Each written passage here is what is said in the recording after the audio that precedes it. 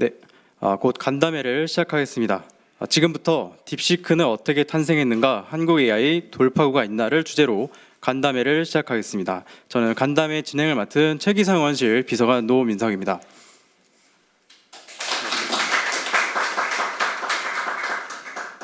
오늘 간담회는 더불어민주당 최기상 의원님께서 주최해 주셨습니다. 다만 최기상 의원님께서 10시 본회 일정으로 약간 늦게 참석하실 예정입니다. 최근 국정기획위원회는 이재명 정부 국정과제 중 AI 3대 강국 도약과 초격차 AI 선도기술 및 인재 확보를 제시했습니다. 기업, 공공, 국민 전 분야의 AI 대전환은 인구 충격으로 인한 성장 하락을 반전시킬 돌파구라는 점에서 앞으로 정부에서 AI 기술 경쟁력과 고급 인력 확보, 관련 인프라에 상당한 관심과 역량을 투입해야 할 것입니다. 이런 맥락에서 현재 중국의 AI 총력 전략을 가장 생생하고 깊이 있게 전해줄 최고 전문가를 모셨습니다. 오늘 강연자로 보신 이벌찬 기자님은 북경대를 졸업하여 현재 조선일보 베이징 특파원으로 재직하고 계십니다. 딥시크, 딥쇼크, AI 소사이어티 등 다수의 AI 관련 저술 활동도 활발히 하고 계신데요.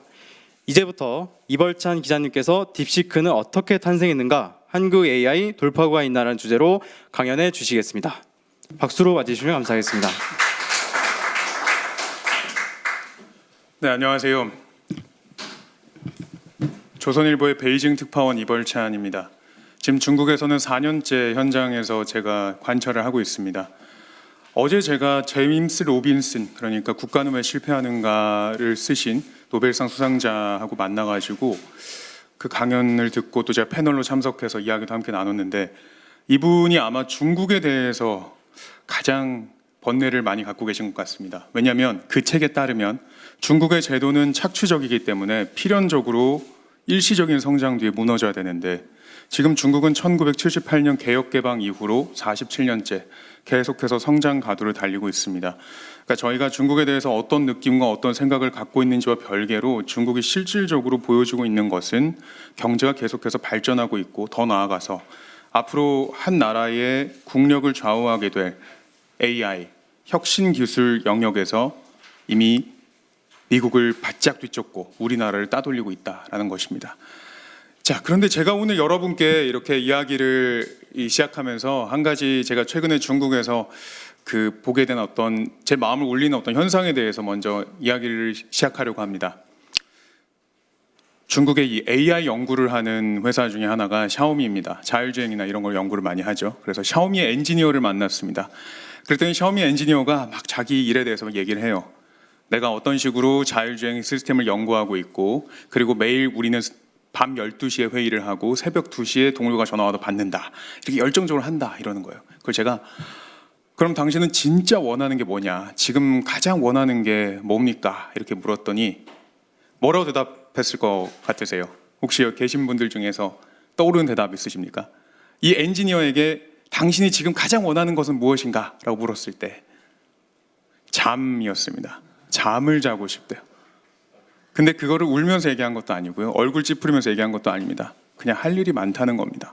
지금 중국은요, AI의 기초 연구부터 상용화까지 너무나 빠르게 진행되고 있기 때문에 모든 천재들이 할 일이 있고요, 굉장히 바쁩니다.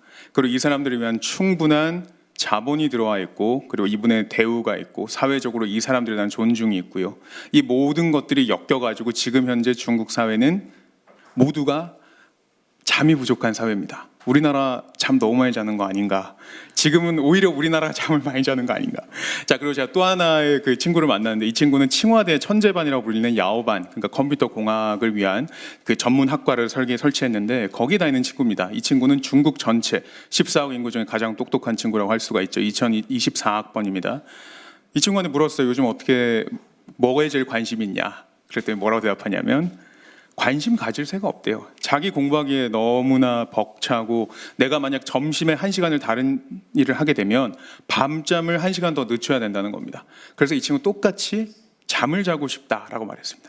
자, 오늘 그래서 제가 여러분께 중국의 AI 산업이 어떻게 나아가고 있고, 그 다음에 우리나라는 그 중국의 경험에 비춰서 무엇을 얻을 수 있으며 또 어떻게 대응해야 되는가에 대해서 제가 여러분께 자세하게 말씀을 드릴 텐데, 제가 서두에 이렇게 말씀을 드리는 하나의 관점은 뭐냐면은, 중국은 지금요 정말로 저 거대한 나라가 신기술을 위해서 잠을 줄이는 상황이라는 겁니다.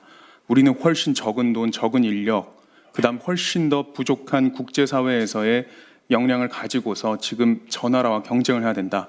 이 점에 경각심을 가지고 오늘 제 얘기를 한번 들어봐 주시면 감사하겠습니다. 자, 제 강의가 오늘 굉장히 분량이 많아요. 그런데 저는 원래 말이 빠른 편인데다가 그리고 여러분들께 제가 PPT를 다 나눠드렸기 때문에 이제 제가 이렇게 조금씩 생략하시는 부분은 생략하는 부분은 여러분께 나중에 한 번 더 캐치업해 주시면 좋을 것 같습니다. 자, 제가 오늘 드릴 첫 번째 질문. 자, 과연 중국과 우리나라 AI 격차 벌어졌습니까? 정답은 네입니다. 이거는 여러분께 수많은 숫자로 이미 다 알려져 있을 겁니다. 자, 그런데 제가 올해 초에 딥시크에 대해서 굉장히 관심을 갖고 제가 2월 달에 책을 냈습니다. 딥시크가 주목받은 게 1월 20일인데 제가 2월 28일에 우리나라에 출간을 했어요. 왜 그럴 수 있었냐면은 딥시크는 원래 주목을 받는 회사였어요. 그냥 우리나라에서 딥시크를 뒤늦게 주목한 겁니다. 마찬가지입니다. 중국의 AI는 원래 빠르게 앞서가고 있었어요. 근데 우리나라가 이제서야 관심을 갖는 겁니다. 자, 그래서 딥시크 같은 경우에는 2024년부터 사실상 가동한 기업이에요. 2023년에 설립을 한 이후에 2024년에 대표 모델을 내놓았는데 이 모든 것들이 겨냥하는 시점을 제가 여러분께 한 번만 짚어드릴게요. 자, 보세요. 2024년 12월에 대표 AI 모델을 처음으로 내놨습니다. 이게 그 V3이라고 하는 모델인데요. 이게 언제인지 아십니까? 12월 25일입니다. 미국의 가장 큰 명절에 발표를 한 거죠. 그 다음에 우리나라와 전 세계를 뒤흔든 그 모델, 그 AI 모델 R1은 언제 나왔냐? 1월에 나왔습니다. 언제? 그리고 이게 공개적으로 사람들 앞에 화두가 됐냐? 1월 20일입니다. 바로 트럼프 취임식 날에 중국의 총리와 딥시크의 창업자가 나와가지고 딥시크가 새롭게 내놓은 R1을 홍보했습니다. 그리고 나서 지금 현재 우리가 보고 있는 이 딥시크의 지속적인 효과가 나오고 있는데요. 다 미국을 겨냥해서 중국이 이렇게 자신감을 보이고 있다는 뜻은 숨길 필요도 없이 이미 앞서가고 있다는 얘기겠죠. 자, 그래서 이건 어떤 의미를 가지고 있냐? 크게 세 가지입니다. 첫 번째, 미국의 2018년부터 시작된 대중국 기술 봉쇄가 사실상 한계를 드러낸 겁니다. 2018년부터 8년 동안 중국이 뭘 했는가? 이거를 이제 우리가 이제 주의 깊게 봐야 되는 거고요. 두 번째는 체제 경쟁이 기술 영역에서 완전히 본격화됐습니다. 이건 아마 학자분들께서는 대부분 공감을 하실 수 있어요. 미국은 하드웨어 기준으로 많이 발전했고 중국은 소프트웨어 기준으로 많이 했는데 실제로 이 두 가지로 지금 현재 기술의 체계가 경쟁하고 있습니다. 민간 기업, 국가 주도, 그리고 글로벌 인재풀, 그리고 중국 자체적으로 설계한 천재군단, 그리고 자유주의와 전체주의, 그러니까 이 기술을 받아들이는 방식이죠. 사회의 어떤 반응, 이런 것들까지도 지금 현재 완벽하게 대등하게 경쟁을 하는 단계로 넘어가고 있다. 완벽하게 도달한 것은 아니지만 넘어가는 과정을 우리가 분명히 보고 있다라고 볼 수 있습니다. 그리고 마지막으로는 표준 경쟁이 이제 본격화됐습니다. 다시 말해서 과거에는 우리가 미국의 틀만 잘 이해하면 됐어요. 미국이 어떤 기술을 갖고 있고 미국이 어떤 제도를 갖고 있느냐, 미국이 어떤 것을 세계에다가 방침으로 내놓느냐에 따라서 저희가 그 틀에 맞춰 공정을 만드는 국가였는데 지금부터는 중국 표준이 급부상합니다. 그래서 앞으로 중국에 대해서는 저희가 갈라파고스 중국에 대해서 결국에는 더 이상 그냥 멀리하고 방관할 수가 없게 된 거예요. 왜냐하면 이 나라가 어떤 기술 표준, 어떤 제도를 가지느냐가 우리나라의 앞으로 기술 전력에 굉장히 큰 영향을 미치게 됐기 때문입니다. 그리고 여기에서 이제 좀 자세하게 제가 또 어떤 식으로 이 봉쇄가 미국의 봉쇄가 중국에 의해서 완전히 해제됐고 또 어떤 식으로 표준 경쟁이 이렇게 일어나게 됐는지에 대해서도 제가 두 가지 표로 여러분께 정리해 드렸습니다. 그리고 이제 중국의 AI가 과연 얼마나 대단한지에 대해서 여러분이 가장 궁금해 하실 텐데 아주 다양한 지표들로 저희가 이거를 볼 수가 있습니다. 우선 제일 하단에 보시면요. 지금 현재 국가별 AI 기술 수준에서 중국과 미국이 압도적으로 제일 우위에 위치해 있죠. 여전히 미국보다는 부족하지만 앞서 있습니다. 그 다음에 아래쪽에 보시면 AI의 그 6가지 기술 영역에서는요. 놀랍게도 5개에서 중국이 앞서 있습니다. 그리고 제일 우리가 지표로서 많이 삼고 있는 게 특허입니다. 아시다시피 미국이 18세기부터 빠르게 경제 성장을 이룩한 데에는 특허를 발명한 게 굉장히 크죠. 그런데 중국 같은 경우에는 그 특허의 중요성을 알고 있기 때문에 AI 특허에서는 지금 10년 누적으로 따졌을 때 미국의 6배, 전 세계 1위입니다. 전 세계 AI 특허를 70%를 중국이 전부 장악하고 있습니다. 자, 그리고 글로벌 AI 인재, 당연히 중국이 지금 현재 완전히 인재풀을 통제하고 있습니다. 어느 정도 얘기하냐면 전 세계의 AI 기술 경쟁은 중국 안에 있는 중국인과 미국에 있는 중국인 간의 경쟁이다. 이런 말이 나올 정도입니다. 그래서 글로벌 AI 인재를 어떤 식으로 통계를 내봐도요, 중국이 자꾸 반을 넘어갑니다. 상위 20% 인재 중에 절반이 중국인. 그 다음에 글로벌 AI 100대 인재를 뽑았는데 그 중에 57명이 중국인. 모든 데이터가 말해주는 것은 중국이 지금 현재 AI 인재가 넘쳐난다는 겁니다. 그리고 중국이 지금 현재 만들고 있는 AI 모델은요, 쉽게 말하면 LLM 같은 거 있잖아요. 저희가 많이 쓰는 챗GPT라든지 제미나이라든지 아니면은 뭐 딥시크라든지 이런 것들이 전부 다 AI 모델인데요. 전 세계에서 지금 현재 가장 뛰어난 AI 모델로 평가되는 20개 중에 미국을 제외하면은 중국 거밖에 없습니다. 중국이 5개, 미국 15개입니다. 자, 이것만 봐도 지금 너무 명확하죠. AI 산업에서 지금 기초 연구부터 시작해서 그 최종 제품에 이르기까지 전부 중국이 미국을 압도했거나 미국을 바짝 뒤쫓는 형국입니다. 그리고 이런 것들은 지금 현재 중국이 단순히 AI에서만 잘하고 있다라고 우리가 생각할 게 아닙니다. 왜냐하면 제가 이제 각 조선일보에서 제가 기사를 쓰면서 가끔 이런 질문을 많이 받아요. 그러면 이제 주문을 받습니다. 자, 기획을 한번 만들어 봅시다. 여러분 첨단 기술 산업에 대해서 각국에서 어떻게 잘하고 있는지 한번 연구해 봅시다라고 하면서 저한테 뭐 그러면 전기차, 그다음에 배터리, 반도체, 그다음에 AI 이런 식으로 우리 해볼까? 그럼 저는 이렇게 얘기합니다. AI는 기본적으로 모든 기술의 뇌 역할을 하기 때문에 AI를 따로 뗀다라는 게 저는 굉장히 어색하게 느껴진다. 이렇게 항상 설명을 해요. 왜냐? 여러분 자율주행차, 여러분 전기차, 배터리, 수많은 연구들 사실 다 AI 기반으로 많이 넘어가고 있고요. 로봇 같은 경우에는 아예 AI라는 뇌를 갖다가 몸으로 연결시킨 그 다음 단계 정도로 볼 수가 있습니다. 다시 말해서 AI라는 것은 지금 현재 우리가 바라보고 있는 모든 첨단 기술 산업의 기초이자 그 최종 상품에 가장 근접한 아주 그 묘한 상황이 벌어지고 있기 때문에 결국 AI에서 우리가 얼마나 경쟁을 갖췄느냐가 첨단 기술 산업에서 우리가 얼만큼의 경쟁을 확보했느냐와 직결이 돼버립니다. 그래서 지금 보이시는 것처럼 지금 과학기술정보통신부에서 2022년부터 공개적으로 우리나라의 과학기술 수준이 이미 중국에 뒤처져 있다라고 얘기하고 있습니다. 이 지표들을 보면 참 놀랍습니다. 이따가 자세히 한번 보시면 좋을 텐데 이게 2022년에 나왔던 지표인데 우리나라가 그때만 해도 경각심이 많이 부족했습니다. 근데 이제서야 다시금 저희가 이런 것들을 체감하면서 나아가고 있는 거죠. 삼성 같은 경우에 우리나라의 대들보죠. 요즘 다시 주가가 오르고 있습니다만 얼마나 큰 위기를 겪고 있는지는 우리 모두가 다 느끼고 있을 겁니다. 실제로 삼성을 위협하는 전 영역에서의 경쟁자 대부분이 중국 기업입니다. 여러분 샤오미가 중국의 실수라고 많이 하지만 샤오미 같은 기업조차도요 우리나라로 갖고 오면 시총 2위 기업입니다.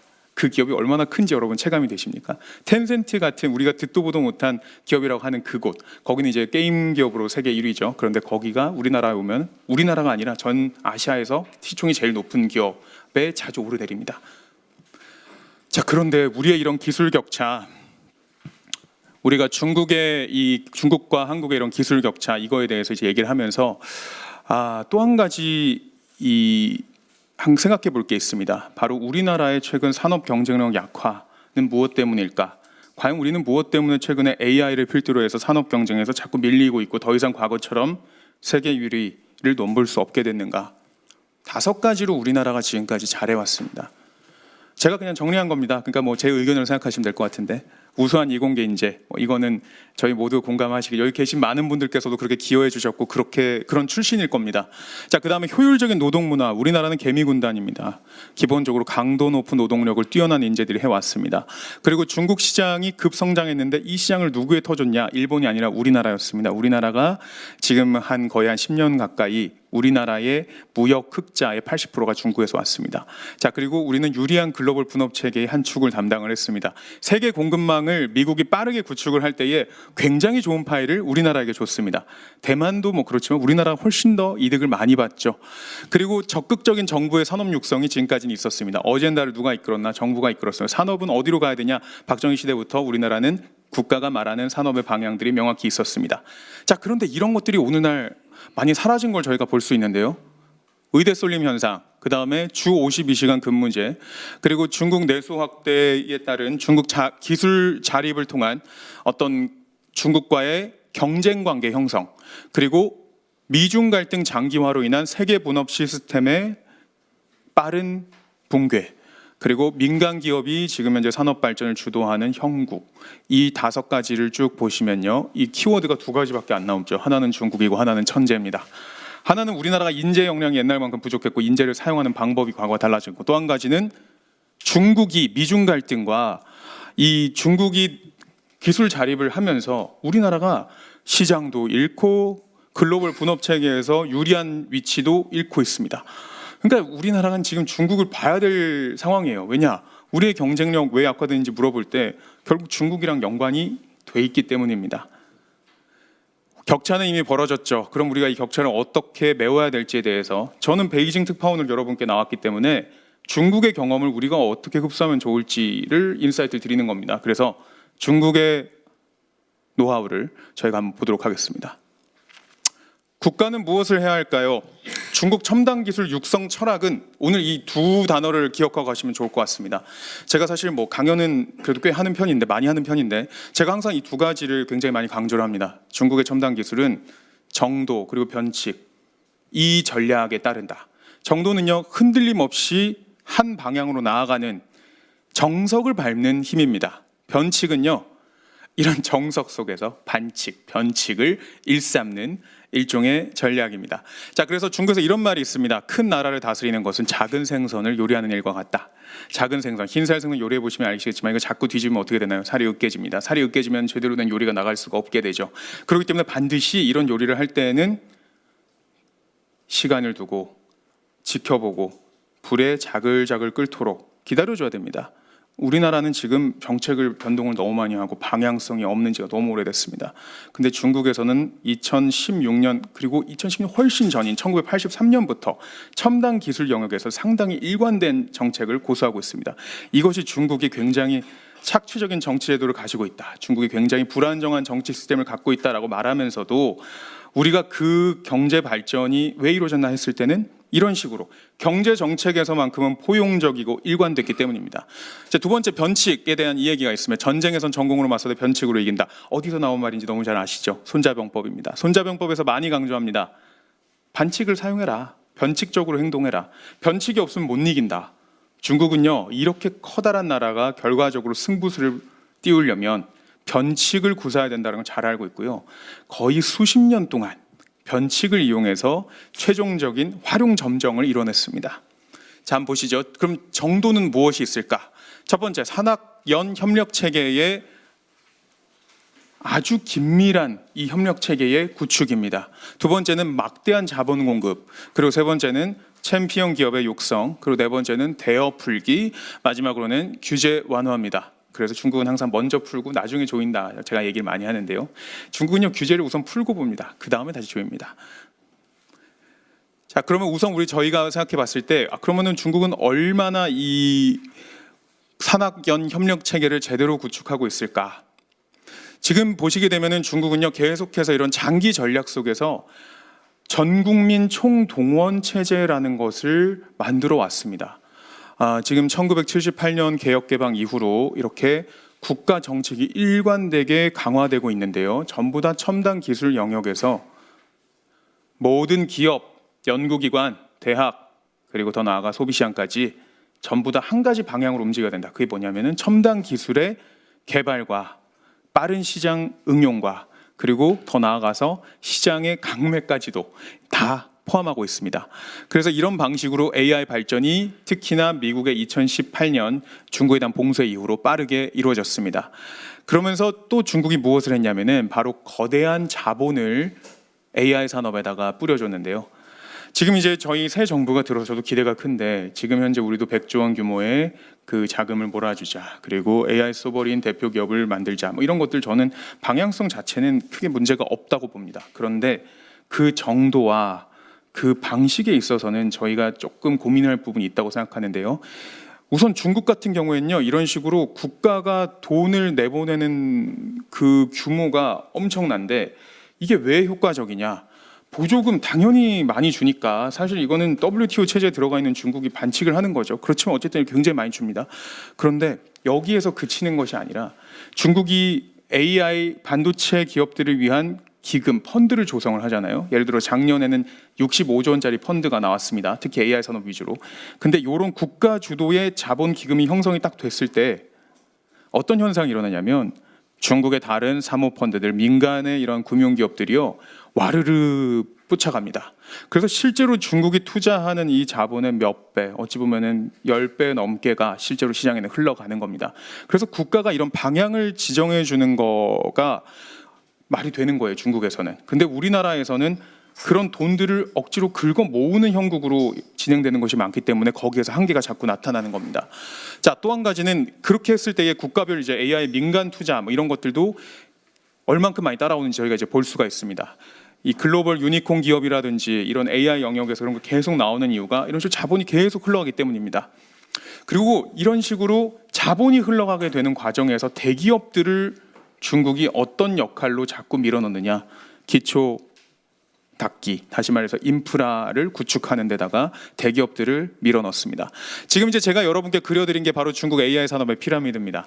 자, 이런 AI 산업이 왜 쫓아가기 어렵냐 이렇게 했을 때 반도체랑 비슷합니다. 너무나 많은 기초 투자가 필요하고 사실상 반도체 투자를 할 때에는 이런 식으로 기본적으로 인프라가 구축되지 않은 상황에서는요, 뭐 기업이고 연구고 굉장히 어렵습니다. 왜냐, GPU, 그러니까 뭐 어떤 반도체가 필요하고 거기에 들어간 데이터가 필요하고 뭐 이런 거 다 있어야 되는데 누가 그걸 대줄 건가요?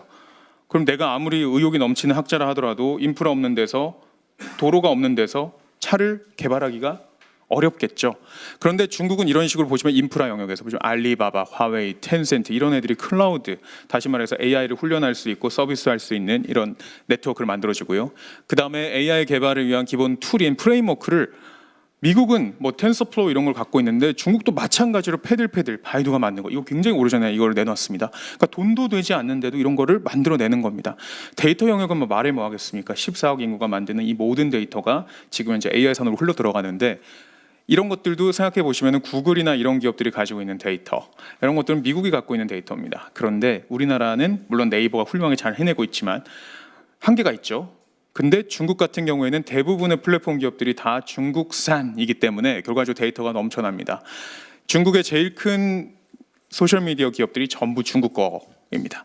그리고 나서 이렇게 만들어지고 있는 이 인프라 안에 또 최근에는 AI 반도체까지 합세했습니다. 화웨이가 지금 중국에서는요, 2023년부터 사실상 AI 구동을 위한 GPU라든지 이런 기본적인 반도체를 만드는 일종의 사령관 역할을 하고 있고, 그를 위해서 SMIC라는 일종의 중국판 TSMC가 협업을 하고 있습니다.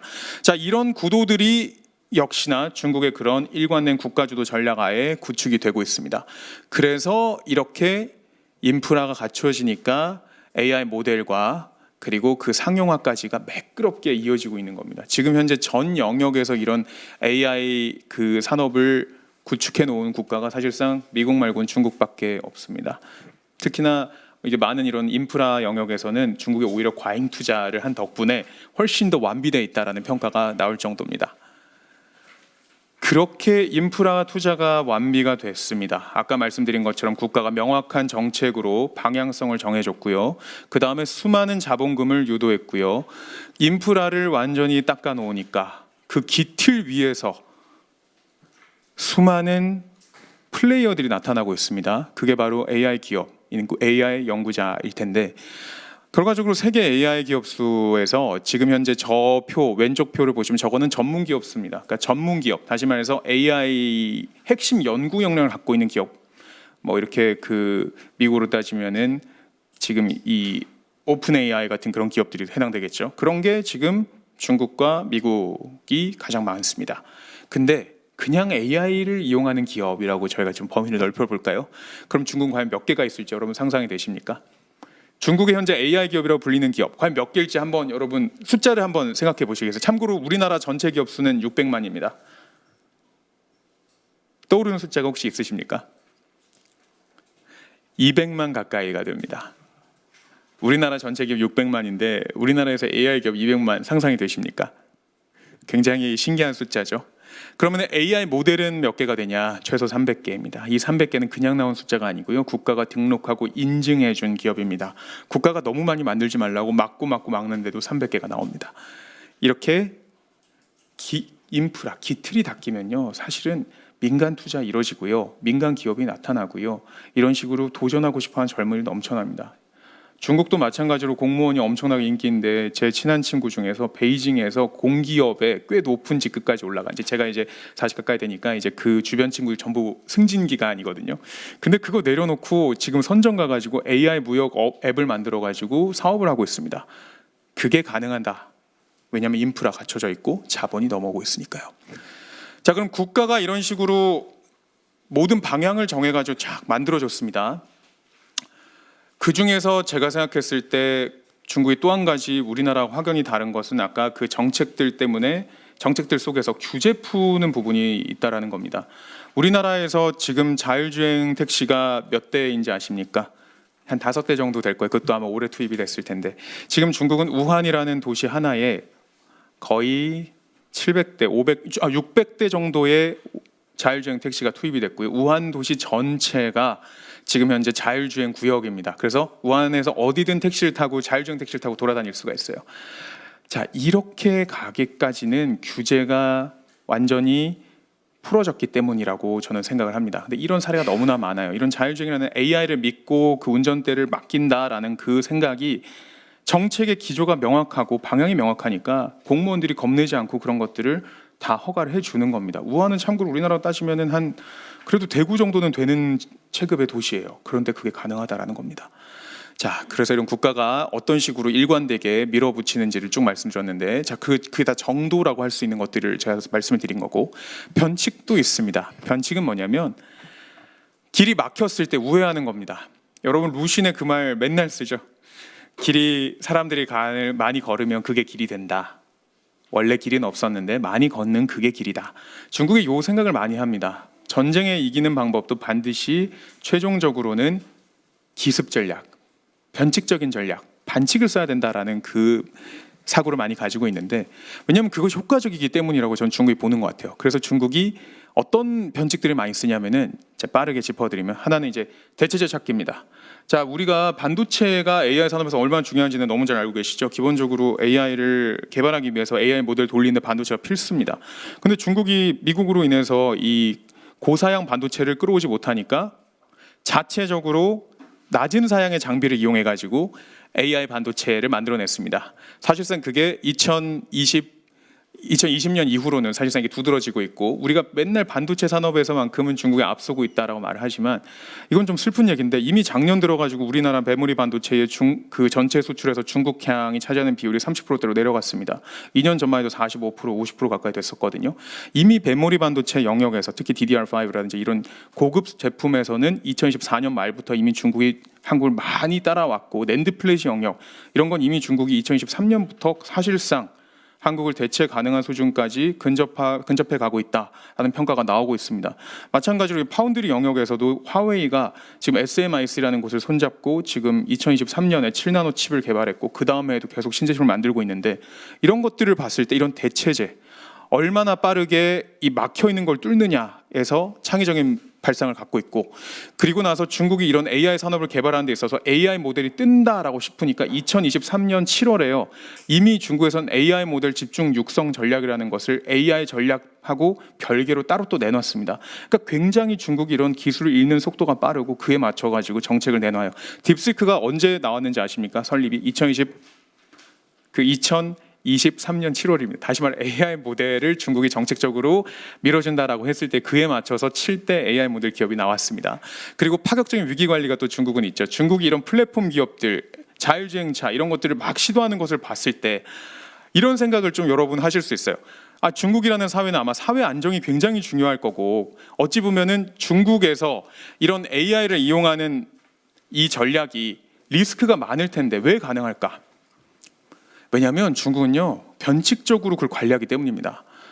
메이투안이라는 기업은 우리나라로 치면 배달의 민족입니다. AI 알고리즘을 이용하면서 그 기업에서 1,000만 명에 가까운 배달원을 쓰고 있습니다. 우리나라 인구가 5천만 명인데 1,000만 명이 그 기업 하나에 배달원이 들어가 있습니다. 자, 그런데 이 배달원이 많으면 중국은 필연적으로 사회 안정에 문제가 생기겠죠. 그러니까 어떻게 하냐, 이 기업은 수많은 경찰 관료, 경찰 공무원들을 채용을 했습니다. 경찰 공무원들을 채용해가지고 이 AI를 이용해가지고 자체적으로 추천 알고리즘을 이용해가지고 손님과 이런 라이더를 연결해주는 시스템으로 발생하는 각종 범죄들을요 자체 라인에서 다 소화하고 그 리스크를 관리를 합니다. 이런 것들이 과연 우리나라에서 쉽게 생각이 되는 부분일까요? 그러니까 이런 것들이 가능하기 때문에 중국에서 굉장히 빠르게 이런 산업들이 안정을 찾는 거고요. 그리고 또 중국은 옥석 가리기를 매우 잘합니다. 기본적으로 중국의 이런 체제는 우리나라와 좀 다른 게 뭐냐면 경쟁을 엄청나게 많이 촉진시킵니다. 중국은 AI 기업들을 엄청나게 많이 만들어줬지만 동시에 이 AI 기업에 대한 보조금이라든지 AI 기업에 대한 어떤 정책적 육성도요 다 시한이 있습니다. 전기차가 한때 한 도시의 천량 전기차 반드시 도입이라는 정책을 가지고 빠르게 중국에서 성장을 하고 그리고 AI가 그 안에서 AI 산업이 또 비슷한 방식으로 각 지방 정부의 정책 경쟁으로 벌어졌는데 결과적으로 이렇게 하다가 어느 순간 되면요 중국이요 탑피어 기업들을 선정하는 작업에 들어갑니다. 그게 어떤 식으로 이루어지냐면 기본적으로 시장에서 가격 경쟁이나 이런 것들을 제한한다라든지 그리고 특정 기업에게 많이 돌아갈 수 있는 보조금 정책을 개선한다라든지 이런 방식을 이용해 가지고 쫙 탈락자를 선택하게 되는데 AI 모델에서는 이미 이게 한 차례 있었습니다. 실제로 AI 모델이 초반에 나왔을 때만 해도 1000개 넘게 중국에서 개발이 됐다라는 얘기가 있었는데 실질적으로 등록된 건 300개입니다. 잘 개발되고 있었는데 중국이 갑자기 등록제라는 카드를 꺼내 들고 심사를 거쳐가지고 300개로 줄여낸 겁니다. 이 역시 많은 숫자지만 이걸 옥석거리기를 중국이 최종적으로 하는 겁니다. 효과는 무엇일까요? 제한되어 있는 인프라를 이용하는 데 있어서 가장 효율성을 높일 수 있습니다. GPU는 무한대가 아니죠. 그리고 클라우드는 쓸 때마다 돈이 들죠. 근데 이런 것들을 특정 잘하는 선수들에게 몰아줄 수 있도록 중국이 이런 변칙을 사용하는 겁니다. 자, 그렇게 해서 중국이 정도와 변칙을 이용해서 이렇게 중국이 최종적으로 지금 현재의 미국을 바로 잇는 세계 2대 AI 강국으로 도약을 했습니다. 제가 앞에 이제 드린 이야기를 지금 이제 간단하게 요약만 드리겠습니다. 결국에는요, 중국은 지금 국가적으로는 정도와 변칙 두 가지 키워드 이 철학을 가지고 AI 산업을 육성하고 있습니다. 정도는 흔들림 없는 정책 방향이라고 생각해 주시면 됩니다. 결국에는 모든 자본과 모든 인력, 기업, 제도가 이 산업의 육성을 위해서 일관되게 나아갈 수 있도록 국가가 모든 전략을 짜주는 겁니다. 그래서 규제를 풀어주는 거고요. 그래서 국가가 대기업의 목줄을 죄고서 인프라를 강제로 구축하게 했고요. 그래서 중국이 이 미국의 봉쇄 속에서도 AI 산업을 기틀을 닦을 수 있었던 겁니다. 그럼 변칙은 무엇일까요? 중국은 모든 전쟁에서 승리하기 위해서는 반드시 변칙이 필요하다라고 주장을 하는데 그 뜻은 장애물을 넘을 수 있는 묘안을 우리가 찾아낼 수 있다는 자신감입니다. 그래서 미국이 반도체를 제재하니까 AI 개발 위해 필요하면 자체적으로 저사양 반도체 또는 저사양 장비를 이용해 가지고 필요한 반도체를 조달합니다. 그리고 옥석 가리기를 통해서 경쟁 시스템을 만들어서 인센티브가 시장에 충분히 돌도합니다.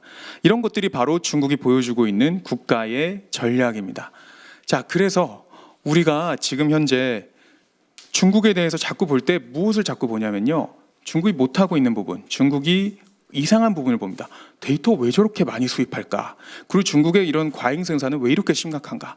제가 실제로 중국에서 많이 관찰하고 있는 것들은 뭐냐면 중국의 이런 AI 산업에서 수많은 낭비가 일어난다는 겁니다. 인재 낭비, 인프라 낭비, 기업 낭비, 인재 낭비 너무 많고요. 제가 중국의 상하이에 갔더니 AI 아일랜드라고 말한 어떤 산업 단지가 있습니다. 여기는 최신 AI 기기를 다 몰아놨어요. 그런데요, 골목만 들어가 보면 제 사진에서 보이다시피 저런 식으로 수많은 버려져 있는 AI 기기들이 있습니다.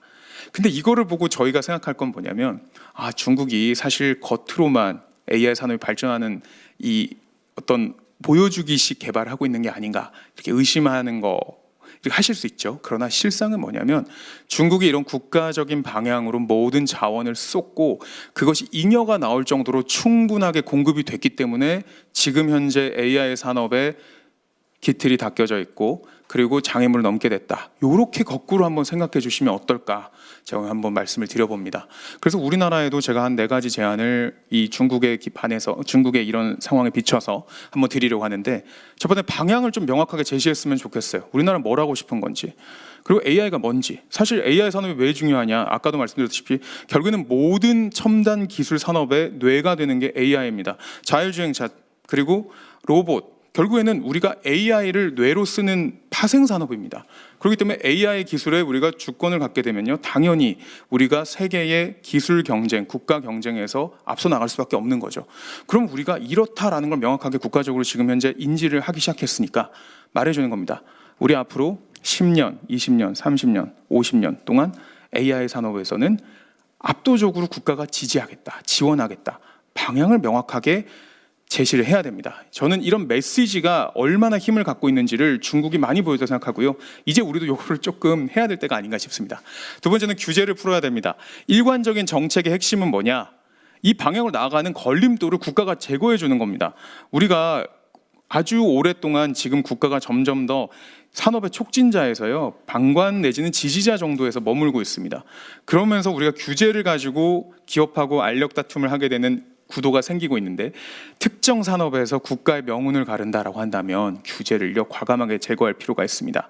지금 현재 중국이 AI와 관련된 모든 첨단 기술 산업에서 빠르게 발전하는 이유는 실험할 수 있고 상용화할 수 있도록 모든 걸림돌을 국가가 선제적으로 제거했기 때문입니다. 그리고 뭘 하나요? 조이고 나서 푸는 게 아니죠. 풀고 나서 조입니다. 중국이 이렇게 다 풀었잖아요. 그리고 어느 시점이 되면 다시 조여버립니다. 그것도 가능하다는 겁니다. 자, 그리고 세 번째는 돈이 몰리게 하라. 저는요, 여러분들이 다 공감하시겠지만요, 기술이 발전하기 위해서 제일 중요한 것은 딱 이거라고 생각합니다. 내가 돈을 번다라는 믿음.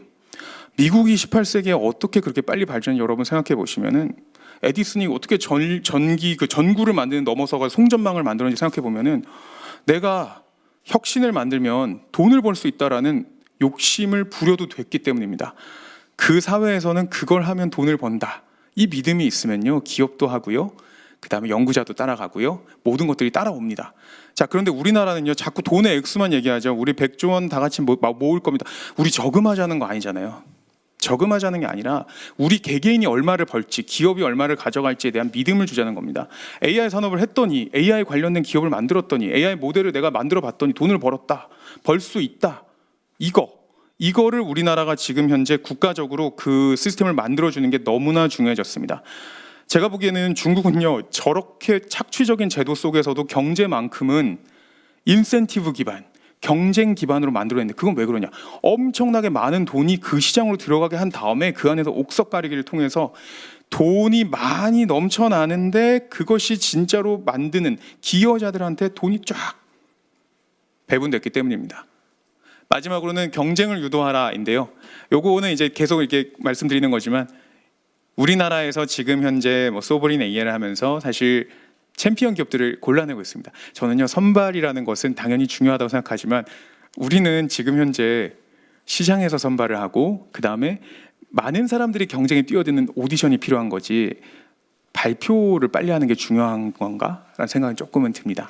이런 것들, 과연 우리가 이 어떤 첨단 산업의 한 영역에서 진짜 우리가 모든 사람이 인센티브를 가지고 경쟁에 참여하는 그 판을 짤 수 있는가? 요거를 요 네 가지로 한번 우리 국가가 한번, 정부가 한번 생각을 해보면 좋을 것 같습니다. 방향, 규제, 돈, 경쟁. 지금부터는 이제 세 번째, 제가 이제 사실 가장 많이 밀고 있는 제 주장입니다.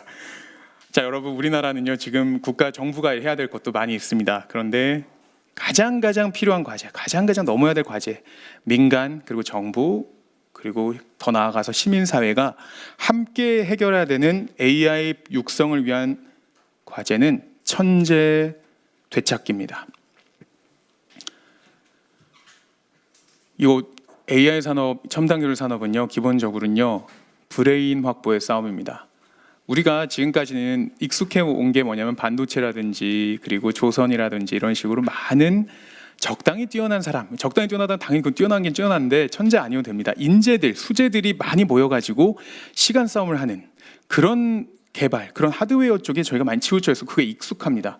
그런데요, 지금은요, 천재 한 명이 돈을 엄청나게 많이 벌어들이는 시대고요, 천재 한 명이 더 중요한 시대입니다. 딥시크도 인력이 200명밖에 없습니다. 그런데 전부 다 CEO가 한 명 한 명 검증한 천재라는 점을 이제 제가 취재하면서 알게 됐는데, 그런 것처럼 지금은 천재를 얼마나 확보하느냐가 너무나 중요해졌습니다.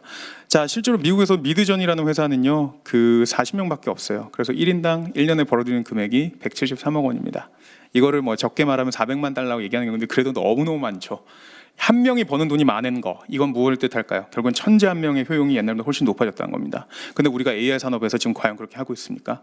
전혀 못하고 있습니다. 제가 사실 이 부분은 확실하게 말씀드릴 수 있는 거는, 저는 이 중국의 천재 육성 관련해서는 한국뿐 아니라 중국에서도 저에게 굉장히 많이 물어봅니다. 제가 그 3프로에서 한번 이 중국의 천재 육성법을 강의한 이후로 그게 중국의 더윈, 중국의 틱톡에 올라갔었는데요. 그 댓글이 1000 몇십 개가 달렸습니다. 근데 중국인들이 굉장히 신기했어요. 아, 우리가 이렇게 하고 있구나. 그러면서 증언을 하나하나 답니다. 맞다, 저렇게 한다, 저렇게 한다, 저렇게 한다. 근데 그런 것들을 제가 실제로 중국 현장에서 관심을 갖고 계속 취재해왔기 때문에 여러분께 보여드릴 수 있는 겁니다. 그러면 중국과 한국의 천재 몸값은 얼마나 차이가 날까요? 중국에서는요, 9대 이공계 명문대를 졸업한 박사는 첫 해에 2억 원의 연봉을 당연히 받습니다. 모든 천재가 보편적으로 이 가격을 받습니다.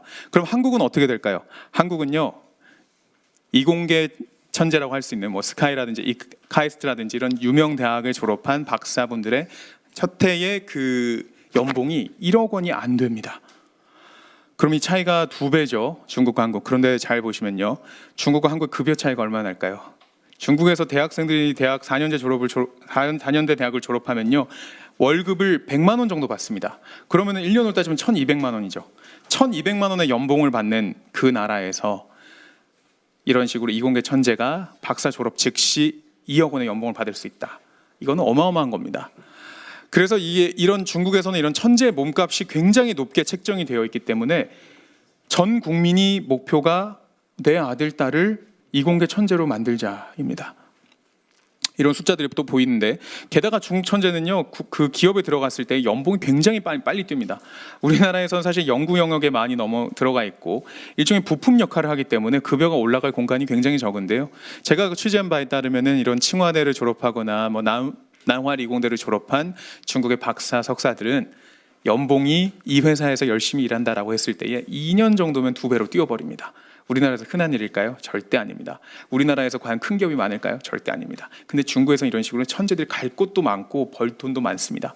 아까도 제가 계속해서 경쟁 체제, 중국에서 이런 AI 산업을 국가가 경쟁 체제로 만들어 가지고 수많은 돈이 기여자들에게 들어가겠다 했는데, 천재가 대표적으로 그걸 잘 되고 있는 부분입니다. 그리고 몸값은 결국 성과를 만듭니다. 제가 위에 이렇게 985는 007로 넘어간다고 되어 있죠. 985가 뭐냐면 우리나라 스카이에 대응하는 그런 말입니다. 985가 중국의 그 상위 한 100개 정도의 그 명문대를 뜻하는데요. 여기를 졸업한 친구들이 기업에 들어가잖아요. 그럼 뭘 하게 되냐? 007을 하게 됩니다. 0시부터 0시까지 주 7일 근무. 그러니까 쉴 새 없이 일하는 거. 그것이 바로 중국에서 천재들이 대우받고 또 사용되는 방법입니다. 샤오미 엔지니어가 그래서 하소연을 합니다. 내가 명문대를 힘들게 나왔는데 결과적으로는 985 나와서 007의 삶을 살게 됐다. 그리고 자기는 계속 새벽에도 전화를 많이 받는데요. 왜냐하면 동료들이 밤새서 일하는 경우가 많으니까요. 자, 그리고 또 제가 얼마 전에 중국의 제일 큰 로봇 전시를 갔습니다. 거기에서 베이징의 CX 로보틱스라는 회사를 갔어요. 거기 가가지고 그 마케팅 총괄에게 중국의 인재에 대해서 물어봤습니다. 그랬더니 이렇게 대답합니다. 우리가 투자금을 계속 끌어오는 중인데, 우리가 투자금 끌어오면은 인재들에게 월급을 많이 올려줄 거야, 이렇게 말합니다. 그러면서 인재는 원래 비싸다. 인재는 원래 비싸다. 이게 바로 중국의 마케팅을 담당하는 사람들의 사고입니다. 문과인데도 이 생각을 한다는 거죠. 모든 사람이 천재가 돈을 많이 가져나가는 거에 불만이 없습니다. 왜냐? 파이를 키우는 사람들이니까요. 그리고 우리나라는 다시 봅시다. 우리나라는 스카이가 WLB로 종착역이 설정되어 있습니다. 명문대를 졸업해서 우리가 원하는 건 무엇일까요? 더 나은 삶은 무엇일까 했을 때 우리가 워라밸을 얘기할 수밖에 없게 됐습니다. 저는요, 이게 좋은 점 당연히 있습니다. 결국에는 뭐 우리가 인간으로서의 누려야 될 삶이 분명히 있죠. 근데요, 성장하지 못하는 나라들이 대부분 이런 모양새를 띠고 있습니다. 내가 열정을 바칠 곳, 내가 도전할 것이 없으면 잘 쉬기라도 하는 게 좋지 않겠습니까? 근데 천재들이 과연 내가 집에서 더 많이 누워가지고 넷플릭스를 보길 바랄까요? 아니면 밤을 한번 새봐서 내가 작동하는 저 로봇이 더 빨리 뛰고 더 잘 뛰길 바랄까요? 저는 후자라고 생각을 합니다. 그래서 우리나라 기업들이 중국 천재를 데려오겠다 이런 말을 하는데 사실 굉장히 좀 안타까운 이야기가 되어버렸습니다. 왜냐하면 한국 기업이 중국 천재를 데려오려면 뭘 내세울 수 있나요? 연봉 내세울 수 있습니까? 그럼 중국이 2배로 주는데요. 그리고 그 사람들이 한국에 나와가지고 워라밸 누릴 수 있다라는데 그게 의미가 있나요? 아니죠. 첨단 기술의 기초 연구부터 상용화까지 가능한 그 환경이 아이비리그를 졸업한 중국 박사들이 중국행을 택하게 하는 가장 큰 이유입니다. 자, 그럼 중국의 천재가 그럼 어떤 식으로 탄생하는지에 대해서 제가 한번 쭉 훑어보겠습니다. 저는 이 얘기를 굉장히 오래전부터 해왔습니다. 작년부터 저는 중국의 천재 육성이 우리나라에도 똑같이 그 의미 있는 화두로 떠올라야 된다라고 했고요. 그런데 제가 봤을 때 중국이 이 부분에 대해서 정말 체계적으로 시스템을 잘 짠 것 같아요. 10살 때부터 중국의 천재 발굴 시작이 됩니다. 중국에 70개 영재학교가 있어요. 거기에서 발굴이 되고요. 15살에 학부를 공식적으로 15살에 열어줍니다. 천재끼리 모이죠. 그리고 20대에는 천재 일을 하게 됩니다. 의대보다 천재가 훨씬 더 나은 거니까요. 의사보다. 그리고 마지막으로는 30대쯤 되면 어떻게 되죠? 천리마를 찾아다니는 백락이 됩니다. 이공계 천재 씨앗 정말 잘 뿌리고 있습니다. 자, 중국에서 지금 현재 로봇 국제대회, 로봇 전시회 베이징에서 이번 달에 3번 열려갖고 제가 취재하느라 아주 힘들었습니다. 근데 갈 때마다 너무 신기해요. 애들이 너무 많습니다. 바이오만큼이나 원피스 입은 친구들이 많아요. 저 친구들 전부 뭐 배우는지 아세요? 뭐 아두이노 이런 건 기본이고 로봇 코딩 배웁니다. 그게 너무 자연스러워요. 그래서 전부 엄마 아빠 손 잡고 오거나 학원 선생님 손 잡고 깃발 들고 다닙니다. 자, 그리고 한국에서는 7세 굿이 있는데 중국은 7세 이력서 있습니다. 저희 딸 같은 경우는 7세 굿이 잘 준비했었습니다. 그래서 한국에 있는 뭐 트윙클, 폴리 뭐 이런 영어 유치원, 그 영어 학원 보내려면요 저희 애가 밤을 새가지고 시험풀이 해야 됩니다. 그리고 뭐 독해도 맨날 해야 되고 저희 애도 수학을 가르치고 싶은데 영어를 우선 극복을 하지 않으면 학원 못 들어가니까 어쩔 수 없이 7세 굿이 준비해야 되는 겁니다. 자, 그런데 반대로 중국에서는 7세 이력서 준비합니다. 이공계 인재를 가르는 시점이 우리나라보다 훨씬 이른 거죠. 그래서 저 옆에 보시면 제가 실제로 만난 친구의 7세 이력서입니다. 거기에 보시면은 너무 재밌죠. 5학년 수준 암산 능력 보유 뭐 이런 것뿐만 아니라 로봇 코딩 이런 경시대회 얼마나 나가는지 이게 미취학 아동의 이력서라는 게 믿겨지십니까? 우리나라에서는 영어를 잘한다, 영어를 원어민처럼 한다, 영어로 글을 쓴다, 와 글자 예쁘다, 한바닥 쓴다, 문법 안 틀린다 이런 거 하고 있을 때 저 나라는 저게 중요한 겁니다. 그리고 중국 수학 올림피아드 같은 경우 50만 명이 참가하는데 뭐 우리나라는 10,000명 남짓이라고 하죠. 자, 그리고 제일 중요한 거 우리나라는 제도가 없습니다. 이거 되게 신기하지 않습니까? 많은 분들이 우리나라도 영재학교 다 있지 않나요? 라고 하시는데 우리나라 전일제 영재학교가 없어요. 이거 굉장히 신기한 일입니다. 중국은 영재학교, 그러니까 하루 종일 수업을 따로 받는 영재학교가 70곳이 있어요. 심지어 최근에는 칭화대에 추청퉁 소년반이라는 거랑 연계한 중학교, 고등학교가 많아졌습니다. 그래서 우리나라의 그 영재고, 그러니까 영재고 같은 그게 이제 초, 중부터 다 이렇게 만들어져 있는 거고요.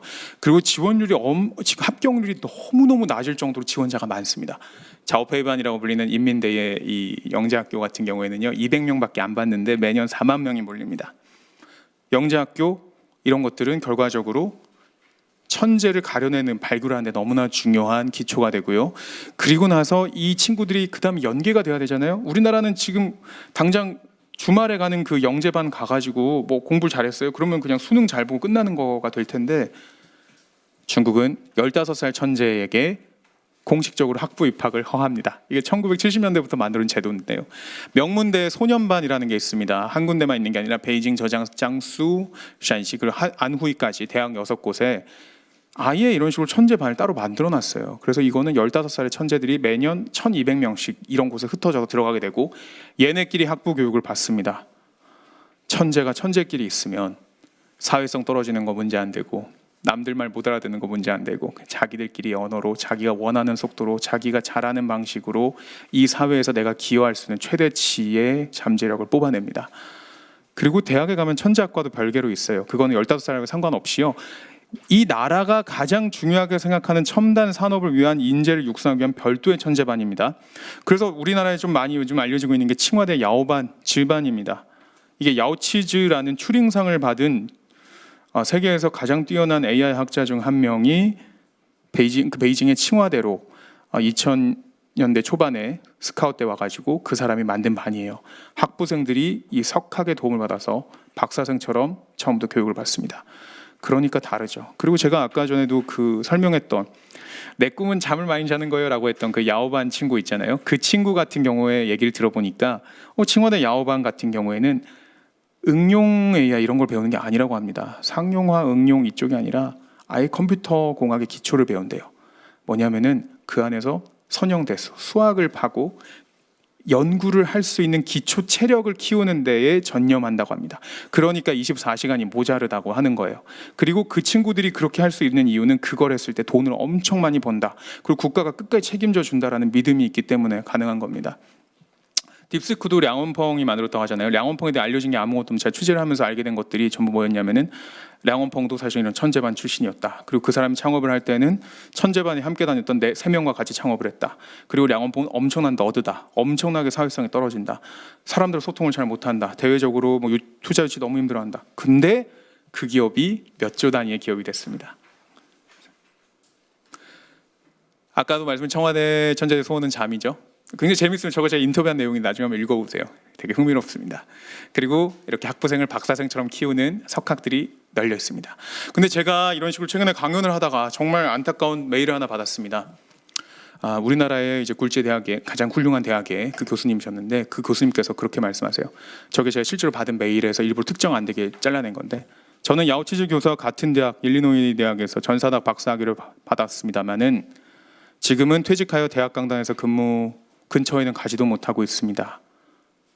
이분 같은 경우에는 우리나라에 굉장히 중요한 AI 거두셨는데 나이가 찼다고 바로 퇴출됐다 라면서 정말 하소연을 많이 합니다.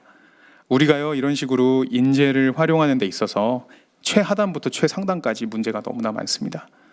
이건 왜냐하면 방향성을 우리가 잡고 나서 그에 맞춰서 모든 세부사항을 조절한 게 아니라 우리가 이미 가지고 있는 세세한 제도와 어떤 규칙을 가지고 그냥 방향성을 의탁해 버렸기 때문이라고 생각이 됩니다. 이렇게 하니까 어때요? 결과가 나와버립니다. 네이처 인덱스, 그러니까 다시 말해 한 나라의 첨단 과학기술 연구 역량을 판단하는 그 순위에서 국가 순위에서 중국이 2024년에 1위에 올라섰습니다. 그리고 거기에 이렇게 대학별 순위를 보시면 재밌는 게 나오는데요. 중국 과학기술대학교, 그다음에 중국 과학원대학교 익숙하십니까? 처음 들어본 대학이죠. 베이징대 칭화대 많이 들어보셨는데 이런 대학 처음 들어보셨을 겁니다. 저게 뭐냐면요, 중국의 과학기술연구원 같은 곳입니다. 중국의 과학기술연구원 산하에 4개의 대학이 있어요. 그 4개의 대학들이 저렇게 이름을 올린 겁니다. 연구기관하고 아까도 국가총동원 체제의 장점을 쭉 말씀드렸는데 그게 보기에는 불편해 보여도 장점은 뭐냐면 어쨌든 연구기관과 대학의 연계, 연구기관과 기업의 연계, 연구기관과 그 시장의 연계가 그냥 바로바로 일어나면서 시너지가 난다는 겁니다. 그러니까 대학 순위가 저렇게 쫙쫙 올라가는 거예요. 그리고 천재는 천재 일을 하게 됩니다. 중국에서. 천재는 천재 일을 해야 된다. 이거가 저는 좀 이 말을 하면서도 우리나라에는 조금 다르게 적용된다 생각하는데 천재가 천재 일을 할 수 있도록 인센티브를 줘야죠. 우리가 그 사람들을 그렇게 만든 거잖아요. 근데 중국 같은 경우에는요, 이렇게 인터넷에 돌아다니고 있는 이런 글들을 보면 이런 게 다 이제 보고서에 나오는 겁니다. 중국 10대 셀러리 높은 직업 리스트 제일 꼭대기 뭔지 아세요? AI 연구원입니다. AI 연구자. 우리나라에서 좀 보기 어려운 광경입니다. 그 다음에 대학병원의 의사 평균 월급이 요거는 이제 아마 여러분이 일반적으로 보시는 숫자는 좀 다를 거예요. 제가 실질적으로 중국의 이런 대학병원 의사들을 인터뷰에서 나온 숫자니까 한 160만 원 정도는 그래도 번다고 합니다. 낮은 임금 절대 아니고 뇌물 엄청 많이 받습니다. 근데 중국 주요 연구소로 들어가면 아까 말했던 2억은 기본이에요. 그래서 월급 자체가 1,000만 원 정도 달성하는 건 어려운 일이 아닙니다. 근데 제가 요거에 대해서 하나 에피소드를 말씀드리면은 제가 이제 얼마 전에 그 중국에서 취재한 사람 중에 한 명이 부유층을 대상으로 하는 이 중매 그 행사 회사예요. 그러니까 우리나라 뭐 가연 이런 곳이랑 비슷한데 거기는 행사 중심입니다. 그래서 자산 뭐 몇억, 몇십억 이런 사람들만 데리고 이렇게 맞선회를 여는 겁니다. 근데 이 사람이 하는 얘기가 이 자기를 찾아온 의사들이 다 그런데요. 내가 돈은 많이 못 벌고 직업이 그렇게 뭐 대단한 건 아니지만 안정성은 높다. 여러분 우리나라에서 많이 못 들어본 얘기죠. 자, 그리고 천재는 천재 일을 하게 되면은 이제 또 한 가지가 뭘까요? 아까 말했듯이 그렇게 대기업 들어가서 연구원 하는 거, 연구 계속하는 거, 연구 기관에 남아 있는 거 오케이입니다. 왜냐면 돈을 많이 버니까요. 자, 그런데 그 다음 단계 그리고 또 다른 면은 뭐가 있냐? 창업을 합니다. 중국에서 지금 현재 AI 기업이 가장 많이 발굴되고 있는 그 어떤 단체 기관은 어딜까요? 칭화대입니다. 중국의 카이스트 칭화대. 그 랩실이 여러 개가 있어요. 근데 그 랩실들 안에서 계속해서 중국 최고 AI 기업들이 나옵니다. 딥시크 매우 유명하죠. 그런데 보통 해외에서 중국의 최고 AI 모델 양성 기업으로는 지프 AI를 많이 얘기합니다. 그게 바로 칭화대 출신 기업이고요. 보시면 저렇게 다 계보가 있습니다. 그리고 중국에서 그 드론 같은 경우에 DJI라든지 팹리스 영역의 뭐 캠브리콘이라든지 그리고 얼마 전에 우리 LG랑 그 다음에 그 미래에셋이 투자한 지휘안이라든지 이런 로봇 회사들 그리고 소셜 미디어 뭐 플랫폼 기업들 여기 다 천재가 만든 기업입니다. 천재가 졸업한 직후에 곧장 만들어내는 기업들이 전 세계 1위를 차지하고 있습니다. 자, 이런 것이 바로 그 천재가 얼마나 중요한지를 많이 보여주는 부분인데요. 실제로 중국에서 왜 이렇게 젊은 천재를 대우할까?